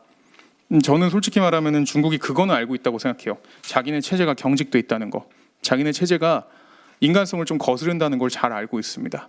근데 인간성 거스르는 것도요. 이렇게 몇십 년이 아니라 거의 뭐 100년 가까이 해보면 당연히 깨달음이 있지 않겠습니까? 거기에 나오는 것은 무엇이냐? 유연한 인재. 그러니까 천재를 꼭대기에다 올려놓으면은 그 유연성으로 경직된 체제와 경직된 제도를 상당 부분 극복할 수 있다는 것을 깨달아 버린 겁니다. 근데 이게 아마 중국의 역사 속에서도 여러분 많이 보셨겠지만 능현자 얘기 나오죠. 그 현자를 얼만큼 데리고 오느냐가 국력을 좌우한다. 최고의 왕권을 가지고 있습니다만은 여전히 뛰어난 자가 왔을 때는 그 사람이 거지 행색을 하고 있어도 품어줄 수 있는 이유, 그것이 아마 제가 보기에 중국의 DNA로 남아있다고 생각을 하는데, 그것이 첨단 기술 산업에서는 이런 천재 육성에 대한 집요함, 그리고 천재가 나타났을 때의 그 사람들에 대한 파격적인 대우, 더 나아가서 모든 자원을 출신 성분도 명확하지 않은 그 천재들에게 줘버리는 이 대담함으로 보여지고 있습니다. 그래서 결국에는 중국의 이 AI 산업의 지금 단계의 성과는 국가가 만들어주는 인프라 위에 유연한 젊은 천재를 띄운 결과다. 이렇게까지 아주 극단적으로 저는 요약 가능하다고 봅니다. 근데 그런 동안 우리는 뭐 하고 있습니까? 너무 안타깝죠. 천재를 의대에만 쭉 보내고 있습니다. 실제로 반도체 계약학과 등록 포기 수험생 늘어나고 있고요. 우리 AI 인재 순 유출되고 있습니다. 최근에 저도 이제 저희 회사 안에서 우리나라의 대학 엑소더스에 대해서 많이 그 기획 기사를 쓰고 취재하고 있는데, 그런 것도 좀 여러분께서 관심 갖고 봐주시면 좋을 것 같습니다. 요즘은 유튜브를 너무 많이 봐서 제가 강연을 뛰어야 되나 싶은 생각이 들 정도인데 저희 회사 기사도 좋은 게 많이 있습니다. 자, 그리고 이렇게 의대로 계속 편중되고 있습니다. 중국에서는 지금 계속해서 자연계 상위학과가 컴퓨터 공학을 시작해가지고 AI 관련된 학과로 쫙 채워져 있는 반면에 우리나라는 이렇게 빨강색으로 표시된 게 전부 의예과입니다. 그래서 중국의 천재 육성법, 제가 이렇게 정리를 간단하게 해봤습니다. 조기 경험하게 하고, 일찍 선발하게 하고, 따로 교육하고, 인센티브 충분히 줘서 진로를 유도하고, 이렇게 했을 때에 천재가 만들어집니다. 얼마나 체계적으로 그리고 특별 대우를 잘 해주는지가 사실 천재를 만드는 부분이죠. 그래서 좀 우리에게 너무나 불편한 진실입니다만은 인간성에 기반했을 때 비평준화와 돈 두 가지가 따라가지 않으면요, 천재는 나오기가 어렵습니다. 근데 우리나라에서는 여러 가지 부분에서 사실 그게 안 되고 있다라는 게 아쉽고요. 최소한 지금부터라도 조금은 그 천재를 대우하는 것부터 좀 저희 개선을 하면 좋을 것 같아요. 제가 생각하는 건 이제 4가지 제안인데, 첫 번째는 천재를 위한 일자리를 늘리는 게 좋을 것 같습니다. 근데 우리나라 R&D 투자 얼마나 많이 하는지 아십니까? 지금 전 세계에서 아마 이스라엘 빼면 우리나라 GDP 대비 R&D 투자가 제일 높을 거예요. 5% 가까이 되고 있죠. 그런데 우리 분명히 국가가 벤츠를 샀는데 왜 모든 연구원들은 다 자전거를 타고 다니고 연구비가 없고 왜 시설이 안 좋고 왜 그럴까요? 우리가 지금 현재 이 방향이 좀 잘못되어 있다라는 거를 좀 한번 생각해 볼 때가 된 것 같습니다. 돈이 전체적으로 갖고 있는 우리의 자원이 부족하다라기보다는 우리의 방향성, 세세하게 하는 방향이 좀 잘못된 것 같아요. 그래서 천재를 위한 일자리를 늘려라도 그런 지점에서 말씀을 드리는 겁니다. 천재가 일하려면 일자리는요, 돈 많이 주는 일자리고요. 돈 많이 주는 일자리인 동시에 기여, 그러니까 최첨단 기술을 오리지널하게 개발할 수 있는 의미 있는 자리여야 되고요. 그리고 그 자리에서는 존경과 존중을 받을 수 있어야 됩니다. 1등 신랑감이 돼야 된다는 소리입니다. 의사를 넘어서는 결혼식에 나섰을 때 나는 정말 이런 여자와 결혼하고 싶어 했을 때 할 수 있는 그런 자리, 그게 제가 말한 천재를 위한 일자리입니다. 두 번째는 일부 아닌 집단을 특별 대우하라. 지금 보면요, 우리나라에서 물론 이렇게 많은 반론들 중에 하나가 우리도 충분히 천재 잘 대우하고 있다. 그러면서 뭐 삼성에서도 대우 잘하고 있고 SK, LG 다 잘하고 있다. 근데 이제 제가 생각하는 거 이거예요. 한 집단에 대한 메시지를 줘야 된다는 겁니다. 우리가 만약에 의대 나온 사람이 상위 10%만 돈을 잘 벌었잖아요. 그러면 의예과 전체가 이렇게 인기가 없죠. 그러면 스카이 의예과만 가려고 하지 않을까요? 뭐 그런 현상이 있을 겁니다. 근데 의사 전체를 대우를 잘하니까 저런 우리가 지금 보고 있는 현상이 나타나는 겁니다.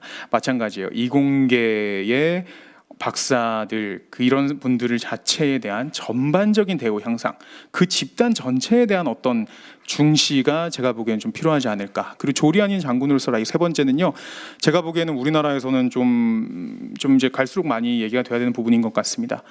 장군, 반드시 사람 관리를 얘기하는 게 아닙니다. 자원의 어떤 자율적인 활용. 딥시크 같은 경우에도 200명밖에 안 되는 인재들이요, 엄청 비싼 GPU들을 다 태웠다고 합니다. 그런 자율성. 그 다음에 내가 필요하면 얼마든지 연구비를 2배, 3배, 4배로 받을 수 있는 그런 자율성. 물론 사람도 필요하겠죠. 그러나 제가 보기에는 이런 모든 것들을 내가 원할 때 활용할 수 있는, 내가 지휘할 수 있는 권한이 있을 때 창의력이 최대치로 발휘되니까요. 우리가 부품으로 천재 쓰기 아까우니까 그분들에게 좀 더 장군의 지위를 줘보자는 겁니다. 그 다음에 제가 생각해서 지금 우리나라는요, 연계가 안 되고 있는 부분이 너무나 많습니다. 정부가 대학과 기업, 연합전선 구축을 해야 된다고 생각을 합니다. 지금 우리나라에서 내놓고 있는 제안들은 전반적으로 어떤 느낌을 주고 있냐면, 오디션을 개최해가지고 거기에서 아이돌을 뽑는 듯한 그런 느낌을 주는 경우도 있고요. 그 다음에 이 자꾸 평가만 자꾸 집중적으로 뭔가 하려고 하는 경향이 있습니다. 그런데요, 평가 이런 건요, 우리가 무언가를 하고 나서 마지막으로 하는 것이지, 아무 우리가 인센티브도 없고 그런 산업 발전을 위한 인프라나 어떤 구조를 만들지 않아 놓고서 대뜸 누가 잘했는지 보자, 너네한테 우리가 상을 줄게라고 하는 것은 과연 지금 의미가 크게 있는지 저희가 좀 생각을 해볼 필요가 있습니다. 그 다음에 이제 기업이라든지 대학 간의 그 어떤 연계나 이런 것도, 중국을 보시면 아까 대학에서 얼마나 많은 랩실이 스타트업의 양성실 역할을 하고, 그 다음에 얼마나 많은 학자나 이런 사람들이 기업의 지원을 받아서 또 대학의 지원을 받아서 중국으로 리턴하고, 이런 것들을 좀 보게 되시면 결국에는요, 이것이 탑다운식으로 이루어질 일이 아니라 평등하게 수많은 그 시민사회, 기업, 학교, 연구기관, 정부의 협력으로 최종적으로 돼야 된다라는 답입니다. 그리고 나서 제가 여러분께 이렇게 말씀드리고, 그리고 나서 우리는 천재가 밤을 새게 해야 됩니다. 52시간제에 묶여있는 현실 저도 잘 알고 있습니다. 그리고 지금 돈이 부족한 현실을 알고 있습니다. 그러나 우리가 천재가 밤을 새지 않는 나라가 되는 순간 저는 너무 위험하다는 생각이 들어요. 이제는 이제 부록은 제가 이제 천재가 많은 기술 격차 이렇게 제가 쭉 보여드렸는데요. 이것도 한번 보시면 좋을 것 같습니다. 항상 중국의 이런 AI가 어떤 격차를 만들었는지에 대해서 우리가 모호하게 알고 숫자가 불분명하잖아요. 근데 그 제가 좋아하는 숫자들만 이렇게 나열해 드렸어요. 그래서 한번 여러분 보시고 참고하시면 좋을 것 같습니다. 자, 그럼 제가 이제 오늘 강의를 한번 간단하게 정리하겠습니다. 자, 그러면 AI 산업, 중국은 어떻게 성공했는가? 결국에는 국가가 전 국민을 총동원해서 인프라를 만들어 주었고, 그 위에 말랑말랑한 뇌를 가진 젊은 천재를 띄워서 창의력을 극대화시켰다. 이게 중국의 공식입니다. 그리고 우리는 지금 현재 그 중국의 국가의 이런 경험을 참고해서 해야 될 일은 뭐냐면, 반드시 정부가 주도하여서 이런 지금 현재 제도나 이런 것들을 빠르게 개선해서 모든 자원이 AI 산업 발전에 다 사용되고 어떤 걸림돌도 생기지 않도록 그 작업을 집중해서 해야 된다고 생각합니다. 그리고 실질적으로 진행이 돼야 되는, 그러니까 인프라 기틀을 만드는 데 집중을 해야 되는 겁니다. 지금 평가가 중요한 게 아니라 기틀 만들기, 우선 한번 돌려보자는 겁니다. 이 산업 생태계를. 그 다음에 우리가 이게 모두가 이렇게 관심이 끌어오르고 다들 기여자들 돈을 벌기 시작하잖아요. 그 다음에 평가를 해도 늦지 않습니다. 자, 그 다음에 천재에 대해서는 우리가 비평준화와 돈이라는 불편한 진실을 조금 인정을 하고, 결국에는 파이 키우는 사람이 돈 더 가져가는 거 자본주의 사회에 당연하잖아요. 이걸 조금 저희가 봐주자, 인정해주자, 격려해주자, 이렇게 생각이 듭니다. 네, 여기까지 강연 마치겠습니다. 그리고 Q&A 받겠습니다. 감사합니다. 네.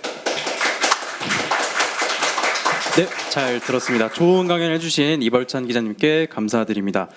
지금부터 자유롭게 토론하고 질의응답하는 시간을 갖도록 하겠습니다. 네, 궁금한 점이나 의견 있으신 분들은 손을 들어주시기 바랍니다. 책상에 앉아 계신 분들은 마이크 버튼을 꼭 누르고 말씀해 주시기 바랍니다.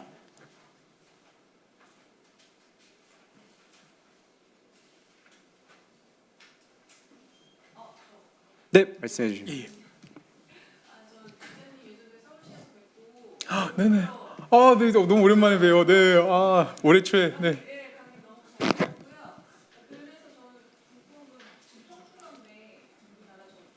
맞습니다.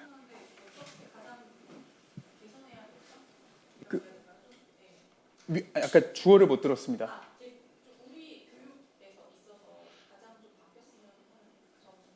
네네네. 아, 저는 지금 우리나라 교육에서는요, 발굴을 천재 발굴해서 너무 미진하다고 생각합니다. 천재를 영어 천재 발굴하듯이만 했어도요, 이공계 새싹이 훨씬 많이 나타납니다. 우리가 영어 잘하는 애들은 너무 쉽게 발견하죠. 왜냐하면 인프라가 갖춰져 있고 시스템이 있으니까요. 근데 우리는 전일제 영재학교라도 한번 만들어 보고, 그 다음에 천재들이 따로 수업을 받고 따로 양성될 수 있는 석학과 연계된 학부, 이런 것들은 충분히 빠르게 더 확장할 수 있지 않을까 생각합니다. 네. 네. 네. 지금 이재명 정부의 이제 에서 국정기획위원회가 AI 3대 강국 도약, 초격차 AI 선도기술 인재 확보 이런 부분을 제시했습니다. 근데 기자님이 보시기에 이 제시한 정책들이 실질적으로 5년 내외 의미 있는 성과를 거두기 위해서 혹시 정부, 관료, 국회가 이거는 반드시 변해야 된다, 그러지 않으면 쉽지 않을 거다, 이렇게 생각하는 지점이 있으면 알려주십시오. 우선 의원님 오늘 이렇게 너무 좋은 자리 마련해 주셔서 감사하고요. 덕분에 제가 이렇게 제 이야기를 한번 전할 시간을 갖게 됐습니다. 너무 감사합니다. 말씀하셨다시피 지금 이렇게 AI 전략을 우리나라도 이제 내놓은 상황인데, 저는 이거 자체의 어떤 시도는 되게 좋다고 생각합니다. 최소한 메시지를 내놓은 거죠. 왜냐하면 AI 산업이 우리나라에 중요하고 빠르게 앞서가기 위해서 많은 자원을 동원할 것이라는 메시지는 잘 좋습니다. 그런데 제가 우려하는 것은 뭐냐면, 정부가 해야 될 역할은 제가 보기에는 어떤 규제들이 지금 현재 발목을 잡고 있는지를 확인하고 그걸 풀어주는 것부터 시작이 돼야 된다고 봅니다. 그러니까 생태계를 먼저 가장 걸림돌 없게 평탄하게 만들어주는 것이 중요하다는 거죠. 그래서 이제 AI 모델을 만드는 데 있어서 어떤 데이터의 사용이라든지, 그리고 이 기술을 응용하는 자율주행의 테스트라든지, 그리고 로봇 개발에 있어서의 그런 각종 걸림돌, 이 모든 것들을 우리가 빠르게 풀어줘야 된다. 그리고 AI 산업과 연계된 것이 얼마나 많은지를 좀 더 정확하게 보고 그거에 대해서 쇠사슬을 풀어주는 작업부터 하는 것이 저는 중요하다고 생각을 하고요. 그다음에 두 번째로는 이런 자본을 모은다는 너무 좋은 생각 같습니다. 100조 이렇게 막 얘기하면 너무 훌륭한데요. 다만 이 돈이 모여가지고 어떻게 흘러가는가에 대해서는 제가 보기에 정부가 주도한다라는 건 잘못하면요, 또 실컷 저축하는 느낌, 그러니까 돈 쌓아놓기 혹은 돈에 그냥 이렇게 지표 만들기에 머물 가능성이 너무 높습니다. 그래서 사실 제가 보기에 정부가 돈을 줘야 된다 그러면 차라리 이렇게 세금이라든지 이런 기업들이 R&D 하는 데 있어서 확연하게 그 기업을 위해서 이제 이공계 인재를 채용했을 때 혹은 AI 연구를 할 때에 세금 감면이라든지 보조금을 차라리 주는 게 낫다고 봐요. 그렇게 하면요, 당연히 천재들한테 줄 돈이 늘어나고 설비 들여올 역량이 늘어나는 거잖아요. 그러니까 직접적으로 돈을 줘야 될 대상들은 제가 보기에는 그렇게 가야 되는 부분이 좀 더 이렇게 명확해야 된다고 생각합니다. 그래서 이런 건 좀 제도화해가지고 돈이 기여자들한테 가도록 만드는 요 입법 과정들을 좀 세심하게 하면 좋겠다, 이런 생각이 좀 들고요. 그리고 저는 민간 기업이 몇 개가 이렇게 대표가 돼가지고 하는 거에 대해서는 오히려 경쟁을 저하는 측면이 생길까봐 우려가 되는 부분도 있고요. 그리고 특정 기업에 과도하게 지금 의존하기에는 우리나라 기업들이 과연 글로벌리 1위인가요? 하는 의문이 조금 듭니다. 그러니까 다시 말해서 생태계가 가동되고 이런 국가가 이런 자본과 그다음에 정책적 지원을 충분하게 해줘서 이 많은 사람들이 이 업에 뛰어들어서 뭔가 경쟁을 하는 그 단계가 만들어지는 게 훨씬 중요한데, 그걸 위해서는 결국에는 정부는 아까 말했던 두 가지, 그러니까 평탄화하기, 규제 풀기, 그다음에 기여자들한테 직접적으로 돈이 갈 수 있는 제도를 설계하기, 이 두 가지만 해줘도 너무 좋지 않을까, 그런 생각이 좀 듭니다. 네. 네, 다른 궁금한 점이나 의견 있으신 분들 있으시면 손을 편하게 들어주시면 감사하겠습니다. 아, 예. 네, 아, 예, 공감되는 부분 너무 많아서 저도 재밌게 잘 들었습니다. 그러니까 사실 그 우리나라가 어느 정도 고성장 국면이 끝나고 지금 네. 어떻게 보면 약간 정체기처럼 들어서면서 말씀하신 것처럼 우리 국민들이 하방 안정성을 굉장히 많이 중시하시잖아요. 그래서 인물에 투자하는 것보다 집단을 우대해야 된다라는 말씀 저도 굉장히 공감을 하고요. 그래서 저도 일정 부분 우리가 지금 예를 들면 한 해에 나오는 우리 대한민국의 인재 중에 상위 한 1,000명 정도의 인재라고 하면 1,000등이라도 평생 먹고 살 걱정 없고 사실 의사보다 최소한 훨씬 더 나은 삶을 산다라는 개런티를 해줘야 된다고 맞습니다. 생각하거든요. 그러니까 근데 그 구분짓기 어떻게 보면 그 천재 집단을 어떻게 보면 상당히 잘 구분짓고 그 사람들 잘 케어하고 이분들이 엄청나게 높은 부가가치를 만들 수 있도록 해야 될 것 같은데, 그 집단을 구분짓는 어떤 좋은 수단이 뭐가 있을까? 그러니까 저희도 고민이 좀 됩니다. 그러니까 네네. 뭐 예컨대 우리가 지금 보면 그러니까 의대 뒤에 이제 좀 괜찮은 뭐 이공계 학과들이 들어오잖아요. 근데 사실 이거를 의대보다 앞에 가도록 만들어야 네. 되는 게 사실 굉장히 중요한 건데, 지금 중국, 인도 이런 데서는 수십억 인구에서 제일 똑똑한 애들이 전부 이거 다 과학기술 연구하고 있는데 우리는 3,300등부터 과학기술 연구 시작이잖아요. 그래서 윤석열 정부에서 의대 2,000명 늘린다고 했을 때 사실 저도 걱정이었던 게, 그러면 3,300등이 시작이 아니고 5,300등이 시작이 되는 네. 오히려 더 큰 비극을 만들어낼 수 있는 거니까 어쩌면 그 최상단의 1,000명을 반드시 우리가 천재로 어떻게 보면 길러내고 활용될 수 있도록 해야 될 것 같은데, 네. 거기에 대한 좀 집단을 우대하는 구체적인 좀 선발 방안이나 이걸 좀 어떻게 하면 시스템적으로 잘 될지 좀 중국의 사례들 보시면서 혹시 아이디어가 있으신지 좀 여쭤보고 싶습니다. 네, 그럼 제가 두 가지. 근데 우선 이제 의원님 항상 너무 존경하는 그 의정 활동 제가 너무 감사하게 보고 있습니다. 제가 봤을 때 두 가지로 답을 드릴 수 있을 것 같아요. 첫 번째는요, 저는 범부 우대가 맞다고 봅니다. 우리나라는 지금 천재를 육성하는 데 있어서 인센티브를 만드는 기관일 수 있어서 이공계의 그 주요 대학 박사를 졸업하신 분에 한해서는 좋은 조건으로 이분들을 모셔가고, 아까 연봉 1억이 안 되잖아요. 그냥 문과에서도 연봉 1억은 요즘 쉽게 찍습니다. 근데 그렇게 오랫동안 공부하시고 이공계 전문성을 가진 분들이 연봉 1억이 잘 안 된다, 이거 자체를 저는 해결해야 되는 거고요. 그러면은 상위 1,000명, 물론 저도 그걸 완전히 동의합니다. 결국 그렇게 가야 되는데, 다만 초기에는 범부여도 아유 저 친구가 아주 힘들게 연구했네 하더라도 그걸 졸업했으면 인정을 해주는 겁니다. 자, 그럼 두 번째를 말씀드리겠습니다. 중국에서는 어떻게 천재를 보느냐, 이것도 제 기준이 아주 명확합니다. 세 가지입니다. 메달, 그 다음에 랩실, 마지막이 특허입니다. 중국이 왜 그렇게 특허가 많은지 생각해 보시면은, 중국에서 천재냐 아니냐를 가르는 가장 중요한 것은 물론 이렇게 그 뭐 네이처 이런 데 논문 게재가 중요하지만요, 특허입니다. 특허. 내가 몇 개 특허 이름 올렸느냐, 그게 천재입니다. 그리고 랩실이 엄청 중요합니다. 어떤 랩에 속해 있느냐, 이것도 굉장히 좋은 방법 중에 하나인 게, 기본적으로 랩실의 역량은 기본 평준화되기 마련이고요. 그 비슷한 사람들이 뭉치는 거고, 또 한 가지는 랩으로 가야 중국 같은 이런 거대한 국가에서요, 지방대학에서도 훌륭한 랩 이렇게 다 별개로 다 얘기가 되는, 그게 의예과 같은 게 돼버리는 겁니다. 그래서 명문 랩에 나오는 그 출신들. 그 다음 첫 번째 메달 말씀드렸잖아요. 중국에서 천재를 기본적으로 볼 때, 채용을 할 때 가장 중요하게 보는 거, 너 올림피아드 메달 땄냐, 요거랑 그 국가 성, 그 다음 시, 여기까지 해가지고 물리, 수학, 그 다음에 정보 뭐 이런 쪽 해가지고 수상 경력이 있느냐 없느냐가 되게 중요합니다. 아예 대놓고 물어봅니다. 그리고 기업인들이 저를 만나잖아요. 특히나 이제 중국의 그 AI 모델 회사 이런 분도 만나면은 저한테 자랑할 때, 아 우리 국제올림피아드 5명 이렇게 얘기합니다. 이제 그런 것들만 봐도 중국에서는 천재에 대한 기준이 상당히 지금 명확해져 있고 이거는 이제 많이 대우해보고 많이 써봤더니 나오는 기준이라 우리나라도 나중에 이런 비슷한 것들 좀 참고해 보시면 좋을 것 같습니다. 네, 감사합니다. 네, 감사합니다.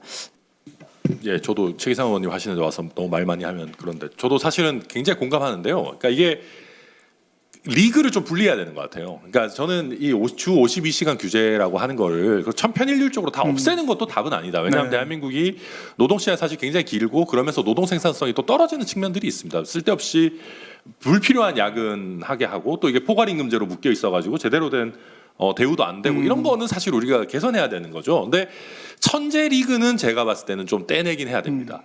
그걸 우리가 뭐 화이트 칼러 이그zem션 형태로 해서 연봉의 어떤 선을 그어가지고 네. 이거를 뭐 이 이상 연봉을 받는 사람들은 사실 니는 돈 많이 받으니까 받은 만큼 제한 없이 일을 해라는 형태가 저는 되는 게 오히려 바람직하다고 생각합니다. 전면적으로 풀어주는 것보다. 그리고 그렇게 되면은 기업들도 사실은 연구자들 같은 경우에 뭐 예를 들면 그 선을 한 2억으로 긋는다. 뭐 예입니다. 그렇게 하면은 정말로 시간 제한 없이 우리가 연구하는 분들 하게 한다 그러면 대우를 높이게 하는 효과가 있을 수도 있는 너무 겁니다. 그러니까 그렇게 하면서 사실 정부에서 말씀하신 것처럼 그런 어떤 비용이나 특히 AI나 이런 인재들 쓰는 거에 대해서 어느 정도 좀 보조를 해주는 형태로 좀 그렇게 가는 게 저는 오히려 바람직하지 않나라는 생각을 갖고 있는데 뭐 다른 분들도 어떻게 생각하시는지 한번 예 말씀드리고자 말씀드렸습니다. 예.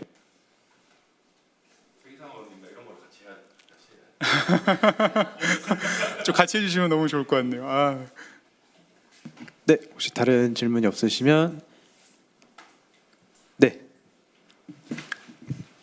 두 가지 질문 드리고 싶은데요. 전 최기상 어질 비서관이고요. 첫 번째는 예를 들어서 뭐 아까 말씀해주신 칭화대 야오반이나 즈반 이런 곳에 이렇게 천재들이 공부하는 곳에서 학부생들이 이제 경험할 수 있는 기회들이 좀 궁금합니다. 예를 들어서 학부생이지만 기업에서 뭐 연구할 수 있는 기회라던가 어떤 게 있는지 학생으로서의 인센티브가 궁금하고요. 그리고 미국에서 귀국한 중국계 석학들이 많다 뭐 이런 얘기도 해주셨는데 그분들의 인센티브는 어떤 것들이었는지 조금 더 듣고 싶습니다. 네. 제가 이제 두 가지 간단히 말씀드리고 또 저희 이혜인 저희 그 비서관님 같은 경우에는 사실은 제가 그 대학 시절에 저희가 같이 현대에서 운영하는 이런 인재 육성 프로그램이 1년짜리가 있었고요. 그때 함께 공부를 했었습니다. 그래서 그때 저희도 이렇게 분리돼서 그런 경험을 했던 게 엄청 도움이 됐었는데 또 이렇게 초대해 주셨고 감사하고요.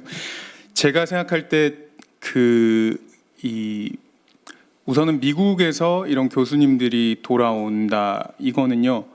결과적으로는 미중 경쟁 효과가 조금은 있었습니다. 결과적으로 미국에서 스파이로 몰리는 그 첸쉐선이라든지 그러니까 굉장히 예전부터 사실 그런 일들이 잦았고 그래서 미국의 석학들이 중국으로 돌아올 요인을 미국이 만들어준 부분이 하나 있고요. 두 번째로는 이들이 중국에 왔을 때 급여는 당연히 마찬가지로 똑같은 거는 아니고 더 높습니다. 그리고 더 나아가서 집 제공하죠. 그리고 베이징이나 이런 상하이나 이런 데서 거주한다라는 건 중국인들 입장에서는요 일종의 미국 시민권 같은 겁니다. 우리가 체감하는. 왜냐하면 그 지역에 터를 잡고 사는 게 굉장히 어려워요. 그걸 허가를 안 해줍니다. 근데 그런 것도 바로 받을 수 있는 것도 있고 그리고 무엇보다 그분들이 중국에서 누리는 권력이 얼마나 큰지 여러분이 보시면 놀라실 겁니다. 제가 실제로 중국에서 그러니까 특정 어떤 대학의 이 유명한 교수님하고 같이 지방 출장을 간 적이 있어요. 지방 출장에 가가지고 거기에 이 연구실 설립에 대해서 논의하는 자리에 제가 우연찮게 끼게 됐는데 거기에서 그 교수님이 그렇게 얘기하시는 거예요. 내가 여기다가 이거 사업 진행하는 동안에 머물 집을 하나 달라. 저는 집을 달라고 공무원에게 말하는 그 모습이 너무 충격이었는데 모두 자연스럽게 듣고 있더라고요. 그런 말 해도 되는 겁니다. 그리고 나서 자기가 바로 중국의 그런 정치인들하고 직접적으로 만나서 그걸 논의하고 상의하겠다까지 갑니다. 그리고 중국의 모든 기업들이 어떤 사업을 투자하고 확장할 때는 반드시 그런 석학을 낍니다. 안 그러면은 이게 중국 아까도 말씀드렸죠. 국가가 기술 방향을 정했기 때문에 그 방향을 입증해 줄 사람으로서의 교수가 너무 힘이 세요. 그리고 나서 박사생을 굉장히 많이 뽑을 수 있어요. 우리나라에서는 한계가 있지만 중국에서는 원사급이 되면요. 원하면 1000명도 가능합니다. 물론 그건 과장된 숫자라고 하지만 제한받은 부분이 분명히 존재하고요. 그러니까 이런 것들을 쭉 베네핏을 보게 되면 조건이 훨씬 좋죠.